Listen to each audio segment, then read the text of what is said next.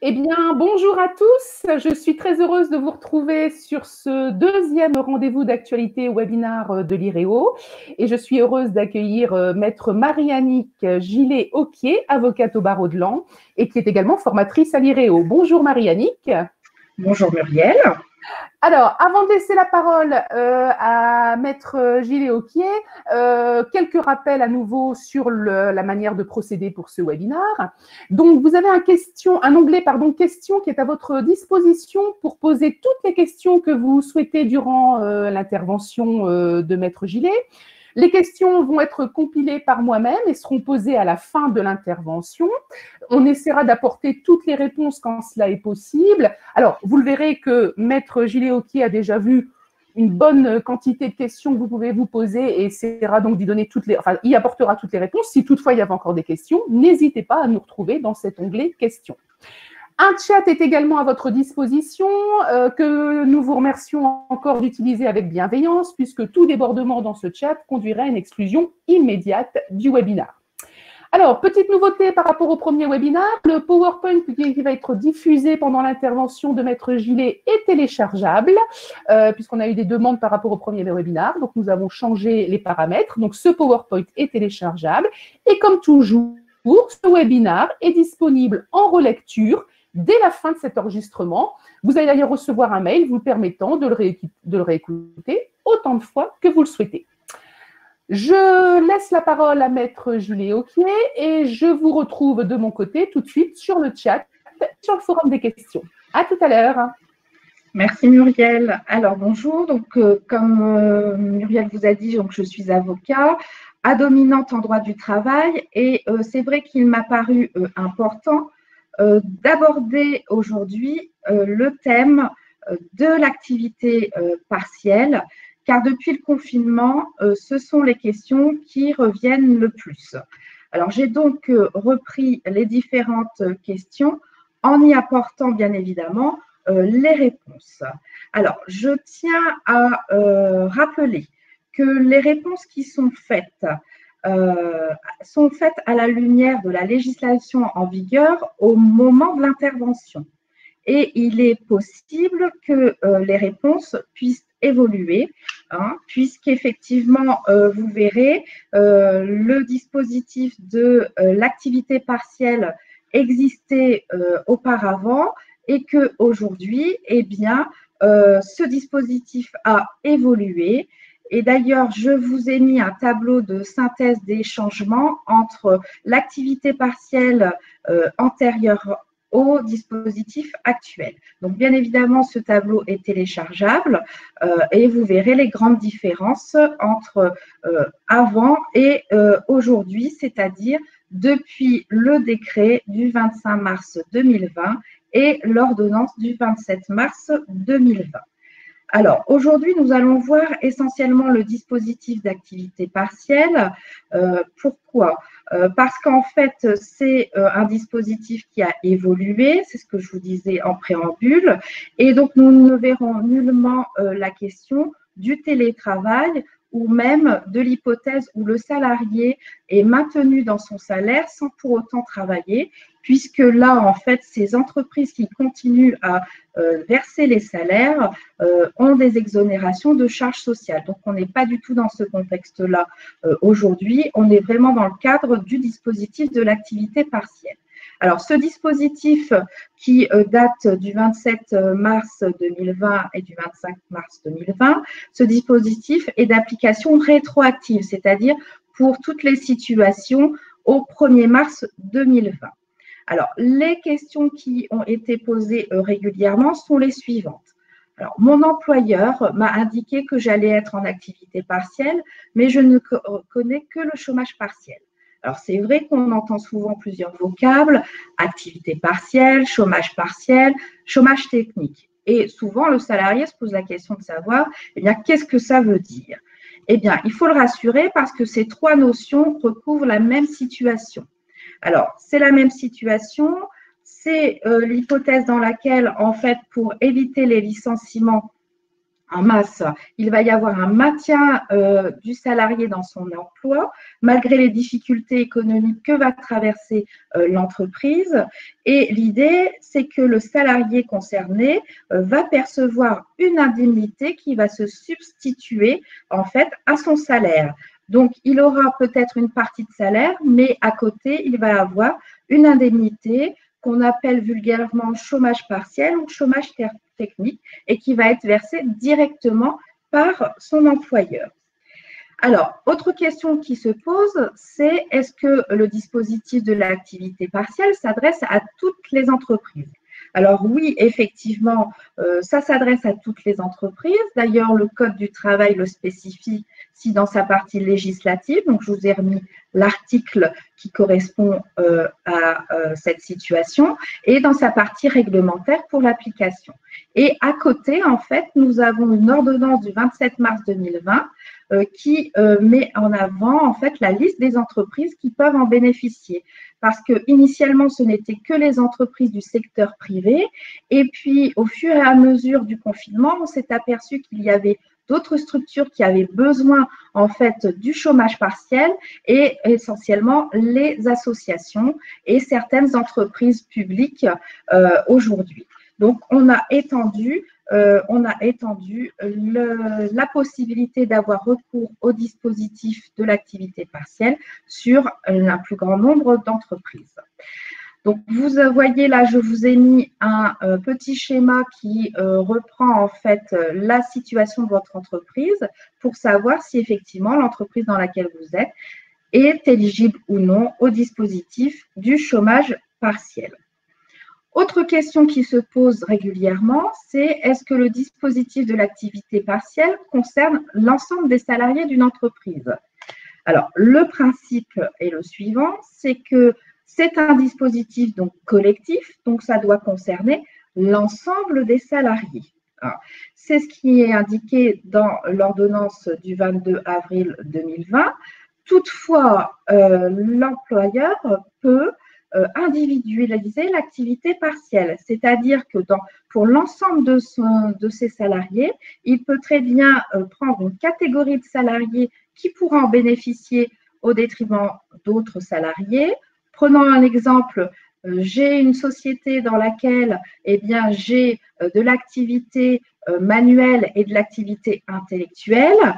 L'employeur peut très bien privilégier du télétravail pour tout ce qui est activité intellectuelle et mettre donc en activité partielle l'activité manuelle. Donc, on peut individualiser par rapport aux catégories de salariés, mais à l'intérieur de cette catégorie de salariés, on peut encore individualiser. C'est-à-dire qu'en fait, l'employeur est tout à fait libre de choisir la catégorie de salariés ou un salarié, mais bien évidemment, il faudra qu'il ait préalablement consulté les organisations représentatives des salariés et plus particulièrement le comité social et économique. Donc, ça veut dire que l'employeur peut placer en activité partielle une partie seulement des salariés d'entreprise, d'un établissement, d'un service ou d'un atelier, y compris ceux relevant de la même catégorie professionnelle. Il peut même faire des répartitions différentes des heures travaillées et non travaillées lorsque cette individualisation est nécessaire pour assurer le maintien ou la reprise de l'activité. C'est-à-dire que des personnes qui étaient en journée, il peut très bien faire des cadencements pour éviter notamment qu'ils se croisent, et c'est-à-dire qu'en fait, pour lui, l'idée, c'est de maintenir et de reprendre son activité. Autre question. Des salariés peuvent-ils être exclus du dispositif d'activité partielle? Alors, en principe, il n'y a aucune discrimination liée à l'âge, à la nature du contrat. On peut très bien être en CDD, en CDI, en contrat d'apprentissage. Et autre évolution qu'il y a eu, notamment pendant le confinement, même les salariés au forfait. Initialement, ça ne les concernait pas, mais aujourd'hui, ça concerne aussi les salariés au forfait jour et heure sur l'année. qui peuvent bénéficier du dispositif de l'activité partielle. Par contre, il faut faire attention puisque si un salarié avait déjà son contrat de suspendu pour une autre cause, par exemple, il était en arrêt maladie, il ne peut prétendre au dispositif de l'activité partielle. Hein, on ne peut pas superposer des indemnités d'activité partielle avec des indemnités journalières qui sont versées par la sécurité sociale. Le salarié doit-il individuellement donner son accord lorsque l'employeur souhaite recourir au dispositif d'activité partielle? Alors oui, effectivement, la question s'est posée hein, de savoir si il fallait nécessairement l'accord du salarié. Alors oui, s'il n'y a pas d'institution représentative du personnel, la question s'est posée de savoir eh bien, quelle forme doit prendre eh bien, cet accord. D'abord, l'employeur doit informer au préalable le salarié et individuellement le salarié du projet et ce par écrit. Alors souvent, l'employeur informe verbalement et puis après, il va faire un petit courrier en disant « Je fais suite à notre entretien pour lequel je veux vous informer la nécessité de mettre votre catégorie ou de vous mettre en activité partielle ». Donc, c'est une information et la question qui s'est posée aussi était celle de savoir, eh bien, est-ce qu'il peut refuser ce salarié? Alors, la question qui se posait de savoir s'il pouvait refuser, en principe, il ne peut pas refuser cette mise en activité partielle puisque ça ne constitue pas une modification du contrat de travail. Hein. Ça ne constitue pas une modification du contrat de travail. Pourquoi? Parce que le salarié va toujours être rémunéré. Ça va peut-être prendre la forme d'une indemnité et non pas d'un salaire, mais pour autant, la rémunération est maintenue. Hein, c'est une des raisons pour lesquelles on considère que le salarié ne peut pas refuser. Et si le salarié refusait, bien évidemment, l'employeur pourrait prendre derrière toutes les conséquences qu'il souhaite, c'est-à-dire même mettre fin au contrat de travail. Alors, l'activité partielle, quelles conséquences sur le contrat de travail? Puisqu'on a vu que ce n'était pas une modification du contrat de travail, quelles vont être véritablement les conséquences? Alors, lorsque les salariés sont placés en activité partielle, le contrat de travail est suspendu et non rompu. Ça veut dire qu'en fait, il est toujours à disposition de l'employeur et à aucun moment, il ne peut librement vaquer à ses occupations puisqu'il est toujours dans l'emploi avec son employeur. C'est-à-dire que, en fait, sur les heures ou périodes non travaillées, les salariés ne doivent ni être sur leur lieu de travail, ni à disposition de leur employeur, ni se conformer à ces directives. Donc, les salariés percevront donc une indemnité dite compensatrice qui, là j'insiste, est bien versée par l'employeur directement. Autre question qui se pose, c'est est-ce que l'employeur doit obtenir l'avis du CSE?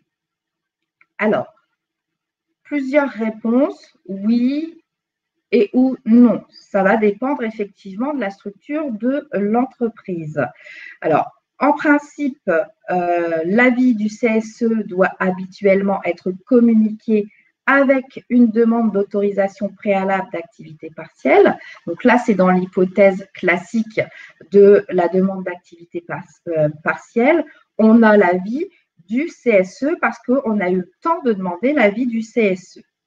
Mais l'avis du CSE peut être donné après deux conditions. Premièrement, s'il existe des motifs liés au sinistre ou intempéries de caractère exceptionnel et autres circonstances exceptionnelles, et si le CSE n'a pu être réuni avant la demande. C'est-à-dire que dans ces deux hypothèses-là, il est possible de mettre entre parenthèses l'avis du CSE. Par contre, l'employeur devra adresser l'avis du CSE dans le délai de 2 mois à compter la demande d'autorisation. C'est-à-dire que là, dans le nouveau dispositif, même si on sait qu'il faut un avis du CSE pour une demande d'activité partielle, même si on a besoin de cet avis, on admet qu'au vu des circonstances, cet avis sera donné postérieurement à la demande de dispositif d'activité partielle. J'attire aussi votre attention sur le fait que la consultation du CSE ne concerne que les entreprises d'au moins 50 salariés. Alors, je vous rappelle également que depuis le 1er janvier 2020, il y avait la mise en place obligatoire des CSE. Mais il y a eu un article de l'ordonnance du 1er avril de l'ordonnance du 1er avril 2020 qui porte sur des mesures d'urgence relatives aux instances représentatives du personnel et qui suspend le processus électoral en cours. C'est-à-dire que pour les entreprises qui devaient avoir obligatoirement un CSE et qui étaient en cours de mise en place de CSE, là, il y a effectivement un processus de suspension, hein, et donc qui sera régularisé après cette période d'état d'urgence. Là, il faudra être particulièrement vigilant, effectivement, concernant cet avis du CSE et la mise en place du CSE pour justifier du dispositif de l'activité partielle. Et même les employeurs devront faire attention aussi, parce que si, a posteriori, on s'aperçoit qu'ils n'avaient pas cet avis du CSE, même postérieurement, la question se posera de savoir si ils pourront continuer à percevoir cette indemnité et donc à régler les indemnités, les allocations qui ont été versées par l'ASP pour combler l'activité partielle. Donc ça, c'est vraiment quelque chose d'essentiel à vérifier après cet état d'urgence.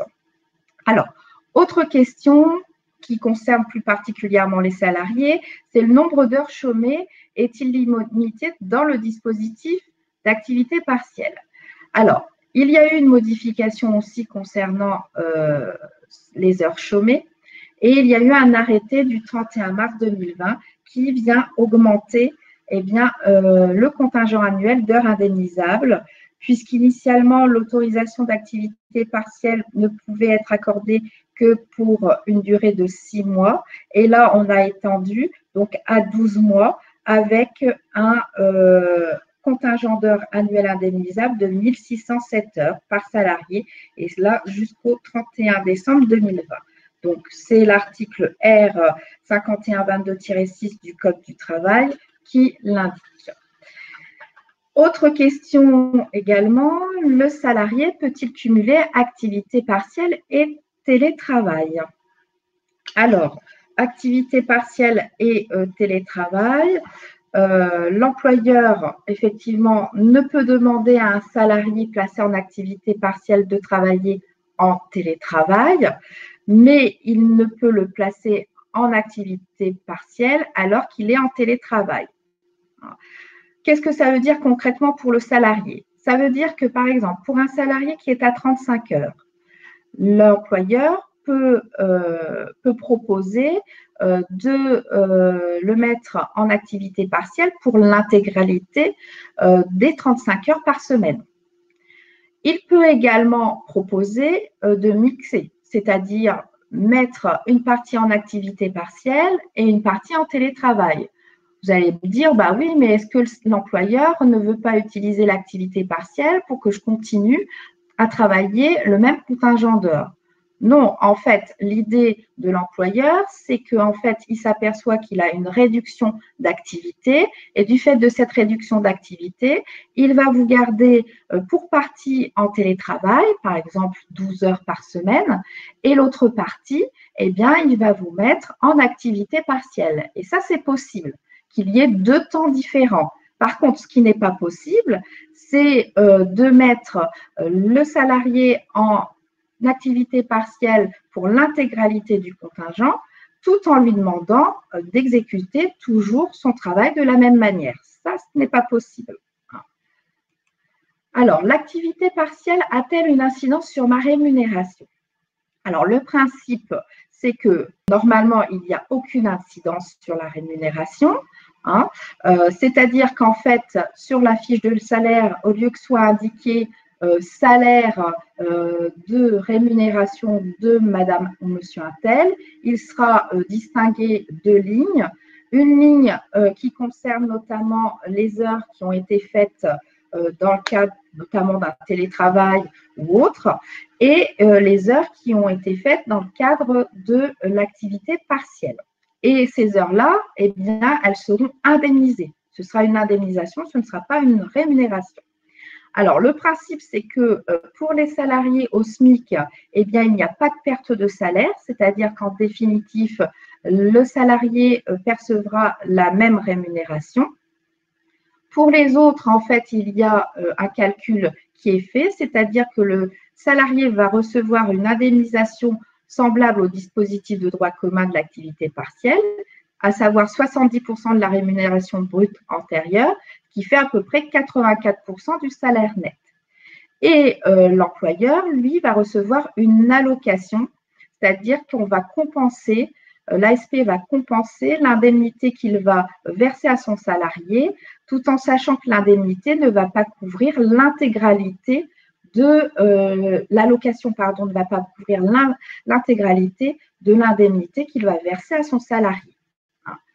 Donc, en général, le salarié a sur sa fiche de salaire, s'il est payé plus que le SMIC, peut avoir une petite différence par rapport à la rémunération à laquelle il a le droit habituellement.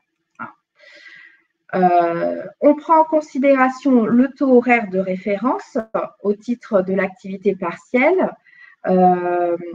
Et s'il y a des primes, la question s'est posée de savoir aussi, dans l'hypothèse où le salaire était avec des primes, savoir si ces primes-là étaient prises en compte dans l'indemnité. Donc là, en fait, ces primes-là vont être calculées en fonction du temps de présence. Si le salarié a une rémunération variable, il faut également calculer le taux horaire correspondant aux éléments de rémunération variable. Alors, je vous ai mis des petits exemples pour que vous puissiez voir voir avec votre propre situation. Là, il y a l'hypothèse du salarié qui n'a qu'un salaire de base. Donc, on voit bien les différentes étapes qu'il faut respecter pour comprendre quelle est l'indemnisation à laquelle on va avoir le droit en tant que salarié. Donc, on détermine les heures, le nombre d'heures indemnisables, on détermine le taux horaire et ensuite, on va déterminer le montant de l'indemnité de la location d'activité partielle. Donc, voilà le calcul qui est fait. Je vous ai mis également un autre exemple, celui avec des variables de salaire, parce qu'on sait que souvent, le salarié a un fixe, mais il a plusieurs primes. Et donc, je vous ai mis aussi un modèle de calcul. Alors, bien évidemment, ces calculs-là, on ne va pas les reprendre ensemble aujourd'hui, mais vous aurez la possibilité de regarder à tête reposée ces différents exemples, puisqu'ils seront dans le PowerPoint qui vous sera distribué après l'intervention.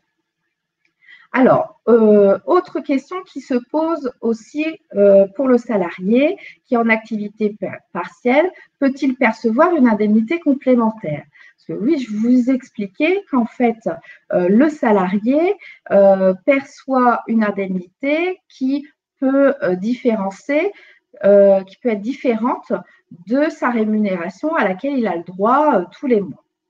Alors, ce n'est pas une obligation pour l'employeur s'il n'existe pas de convention collective ou accord collectif.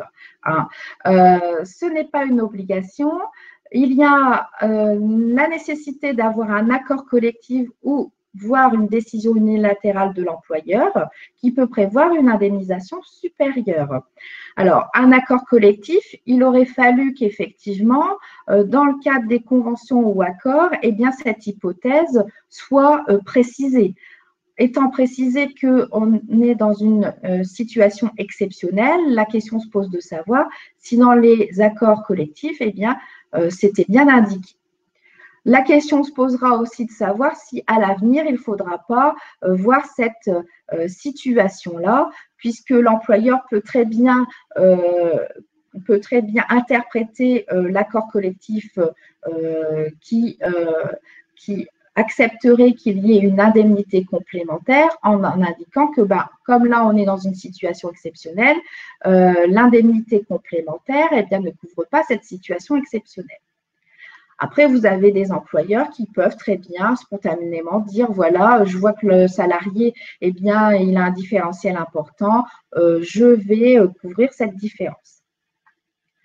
Alors, l'indemnité est calculée sur la même base de calcul que les congés payés et elle tient compte des éventuelles heures supplémentaires, primes d'ancienneté, astreintes de nuit, etc. Alors, si l'indemnité d'activité partielle est inférieure au SMIC net, les employeurs doivent leur verser une allocation complémentaire permettant d'atteindre le SMIC net. C'est ce que je vous expliquais antérieurement. Alors, le salarié peut-il travailler pour un autre employeur durant la période d'activité? Alors, pourquoi cette question? Parce que vous avez dû, comme nous tous, regarder de manière assidue les journaux télévisés et dans lesquels on voyait effectivement des salariés qui étaient en activité partielle et qui venaient aider certaines structures.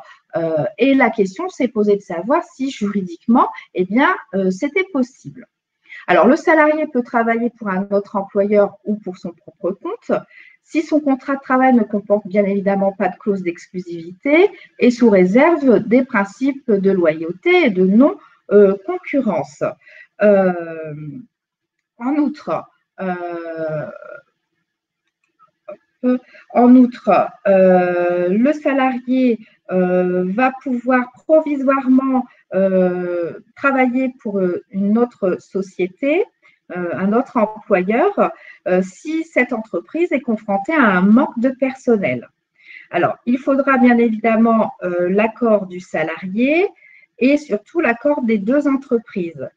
Et puis surtout, autre condition importante, c'est que ce dispositif doit être à but non lucratif et remplir certaines conditions qui sont posées dans le Code du travail, c'est-à-dire l'accord préalable du salarié formalisé par un avenant et l'accord des entreprises pour effectivement que le salarié puisse aller dans l'autre société. Alors, bien évidemment, dans cette hypothèse, le salarié se verra conserver son salaire habituel et il pourra effectivement compléter sa rémunération avec l'autre société. Autre question qui s'est posée, c'est que deviennent les jours fériés dans le dispositif d'activité partielle? Alors là, c'est ce que je vous indiquais, c'est que l'employeur doit prendre en charge 100% de la rémunération dite au titre des jours fériés. Alors, qu'est-ce que ça veut dire? Alors, concrètement, pour un salarié, ça veut dire qu'en définitif, les jours fériés ne sont pas pris en compte dans l'activité partielle. Alors, c'est vrai que dans l'esprit du salarié, il va se dire, oui, mais si ça n'est pas pris en compte dans l'activité partielle, qu'est-ce que devient mes jours fériés? Les jours fériés seront payés au titre de la rémunération habituelle par l'employeur. C'est-à-dire que sur une fiche de salaire, vous pouvez avoir une ligne rémunération habituelle si effectivement vous êtes en télétravail, une ligne activité partielle s'il y a une partie de votre temps de travail qui n'est pas satisfait par l'employeur et une ligne où il est indiqué qu'il y a des jours pendant cette activité partielle qui sont des jours chômés, qui sont des jours fériés et pour lesquels l'employeur est tenu de vous rémunérer comme une journée normale. Donc, ça ne rentre pas dans le dispositif de l'activité partielle, mais comme une journée de travail normale. Donc, bien évidemment, là, vous n'allez pas avoir une indemnisation, mais vous allez avoir en fait votre rémunération habituelle. Autre question, que deviennent les congés payés dans le dispositif d'activité partielle? Alors là, ça a été une question importante dans certaines grandes entreprises. C'est vrai que c'est la question qui est revenue le plus souvent. C'est qu'avec l'accord du salarié, il est possible de placer le salarié en congé payé durant les périodes d'activité partielle. Alors, c'est vrai que le confinement a été pendant la période où normalement on doit solder les congés payés de l'année précédente. Et la question s'est posée de savoir, eh bien, que deviennent mes congés payés, les congés payés que je n'ai pas pris avant la fin de la période, c'est-à-dire avant le 31 mai. Alors, certains salariés pensant que ces périodes de congés payés allaient être perdues ont tenu à prendre ces congés payés, bien évidemment avec l'accord de l'entreprise, et inversement, l'entreprise a préféré que son salarié prenne ses congés pour éviter que ceux-ci soient perdus. Mais s'il n'y avait pas possibilité de prendre ces congés payés, eh bien, la question s'est posée de savoir si l'employeur était tenu de régler les congés non pris. Là, en fait, la réponse peut être variable, c'est-à-dire que soit il y a eu un accord ou il y a une convention collective qui indique que effectivement les congés payés non pris dans la période peuvent être reportables, et dans ce cas-là, ils sont reportés. Soit il n'y a pas d'accord préalable ou de convention collective qui règle cette situation. Et dans cette hypothèse-là, eh bien, il faut que les représentants du personnel se soient concertés avec l'employeur pour savoir ce qu'ils allaient faire de ces congés payés non pris. Et sinon,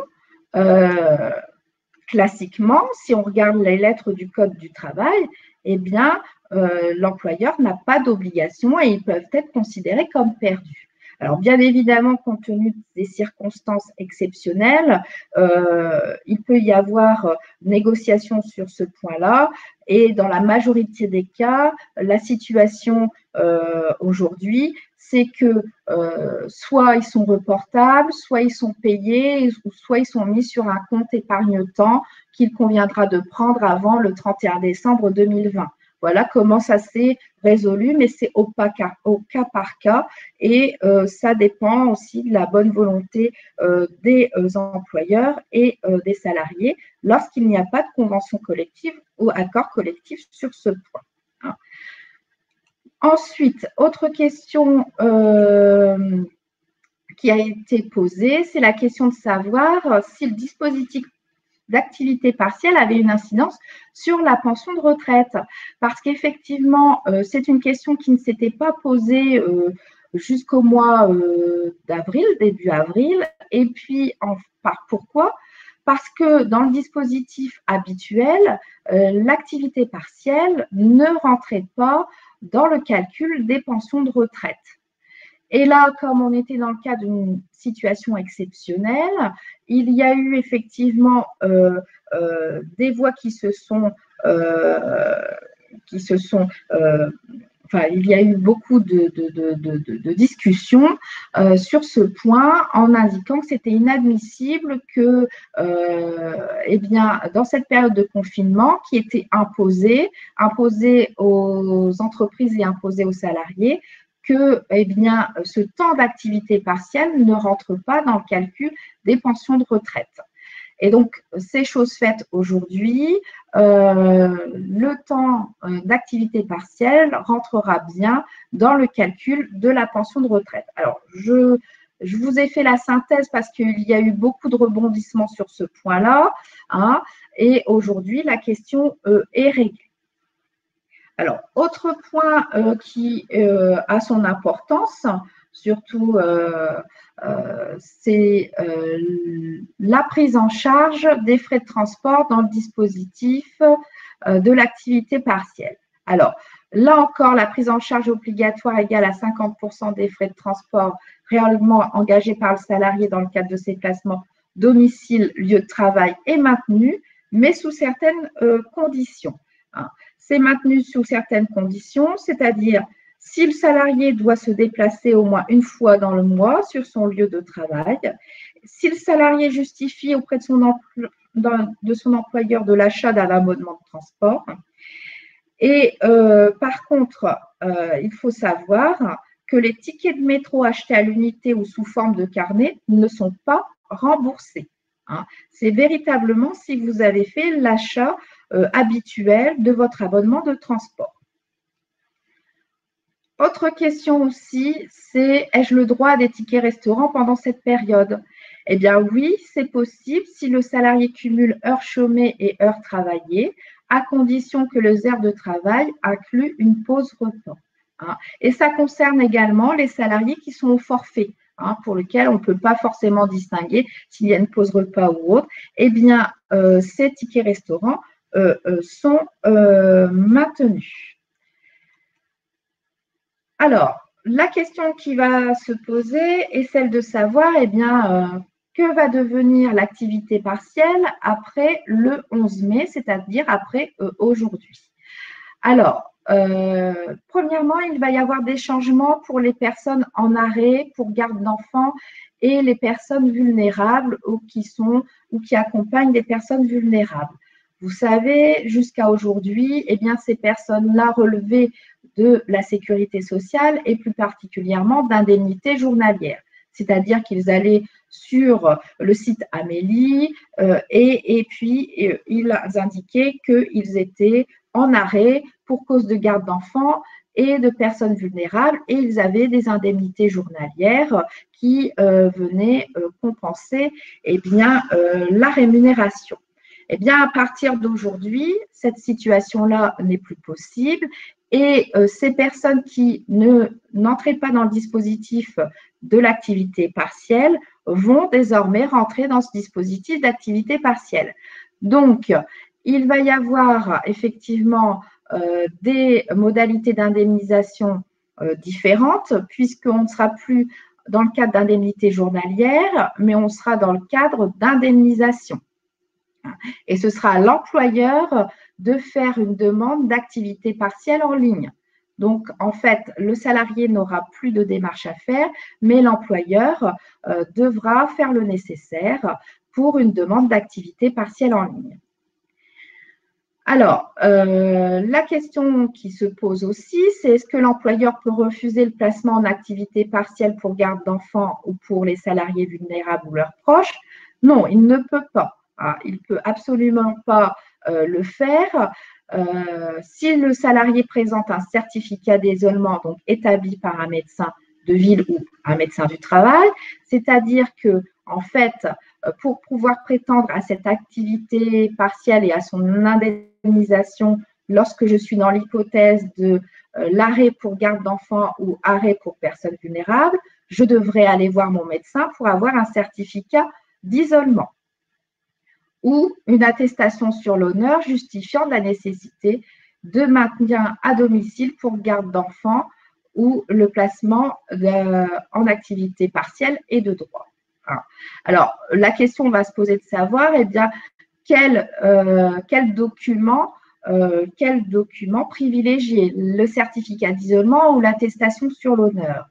Alors, à chaud, on préconise dans un premier temps, si on n'a pas eu le temps d'aller voir son médecin de ville ou d'aller voir le médecin du travail, de faire une attestation sur l'honneur et ensuite couvrir par un certificat d'isolement, par plus de précautions pour éviter toute discussion ultérieure. Parce que là, effectivement, on est dans le cadre d'une situation particulière, on est particulière d'un point de vue juridique. Donc, on est un peu dans un état de sidération, c'est-à-dire qu'en fait, on réagit au jour le jour. Mais lorsque tout sera remis dans l'ordre, la question va se poser de savoir eh bien, s'il n'y a pas des contentieux qui vont émerger, et notamment des contentieux par rapport aux documents qu'on devait transmettre au moment où on pouvait prétendre à une indemnisation. Donc ça, il faudra être particulièrement vigilant sur ce point. Alors, quid encore de l'activité partielle après le 11 mai 2020?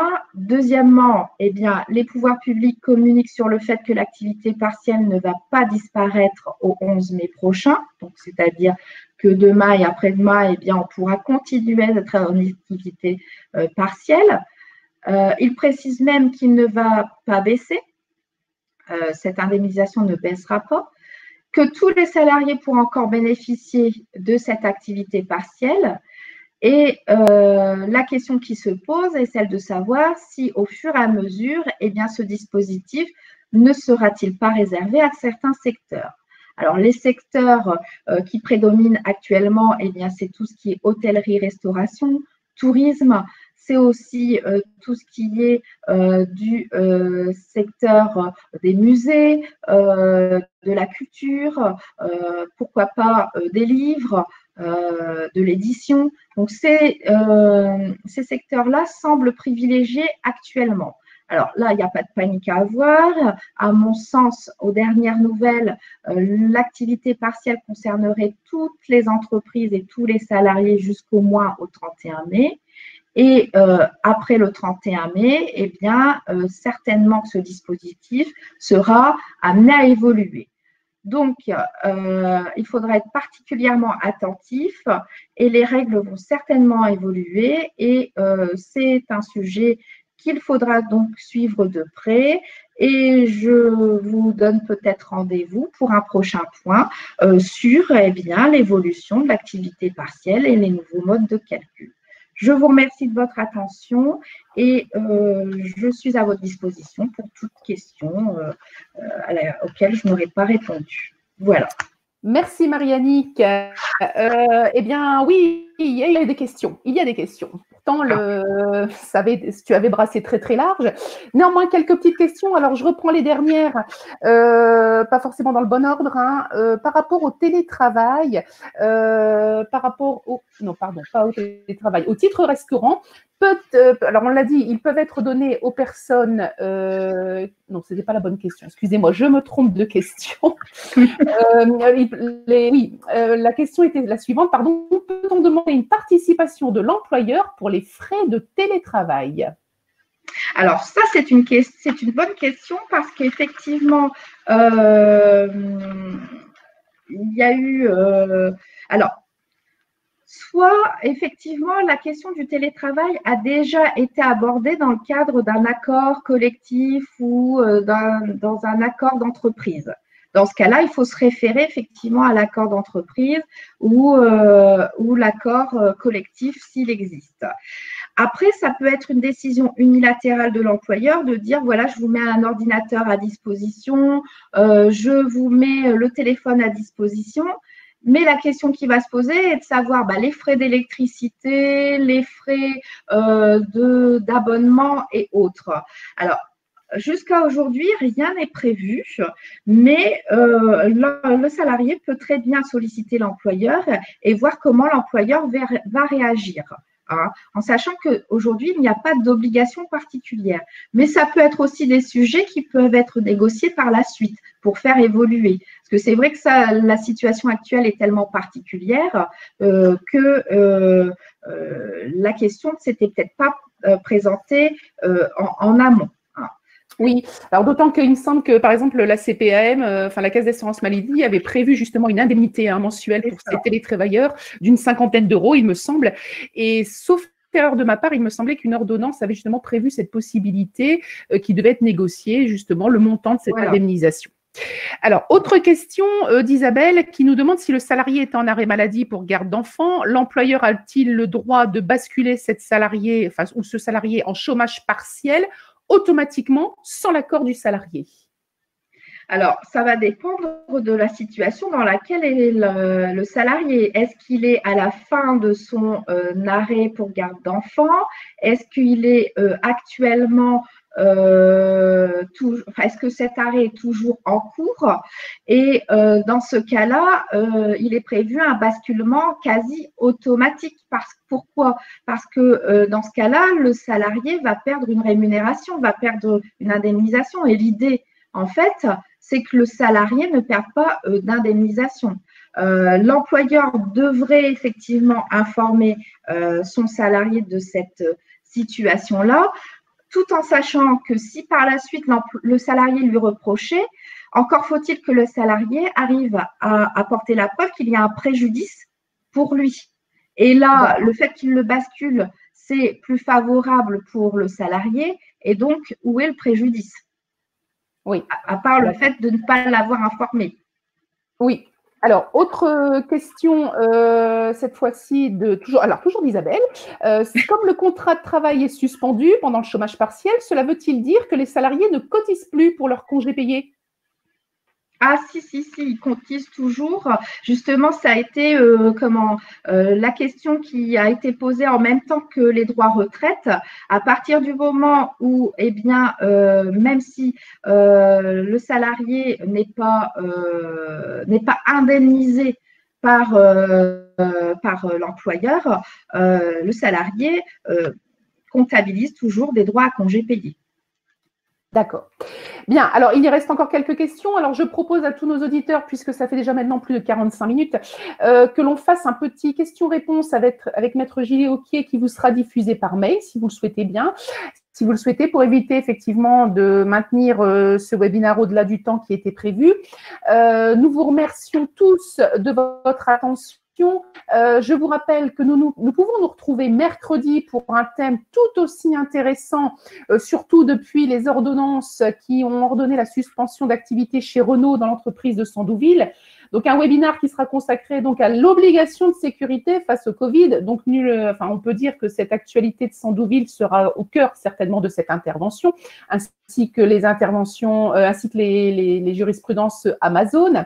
Donc, ce sera Maître Alexandre Barèche qui animera ce webinaire mercredi à 10h, suivi toujours cette semaine vendredi à 10h, c'est une semaine riche, d'un webinaire sur le Covid-19 et la collecte des données de santé. Eh bien oui, c'est des questions qui se posent avec le retour au travail. Est-ce que mon employeur peut finalement me demander de me soumettre à un test ou de venir effectivement avec des documents permettant de dire que je n'ai pas été atteint du Covid ou que j'ai été atteint du Covid et que je suis en capacité de revenir travailler.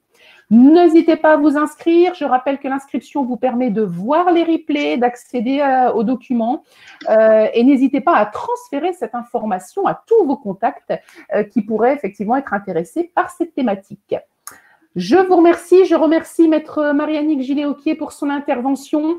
Pas simple de résumer toutes ces questions en si peu de temps, mais je pense que le pari a été réussi.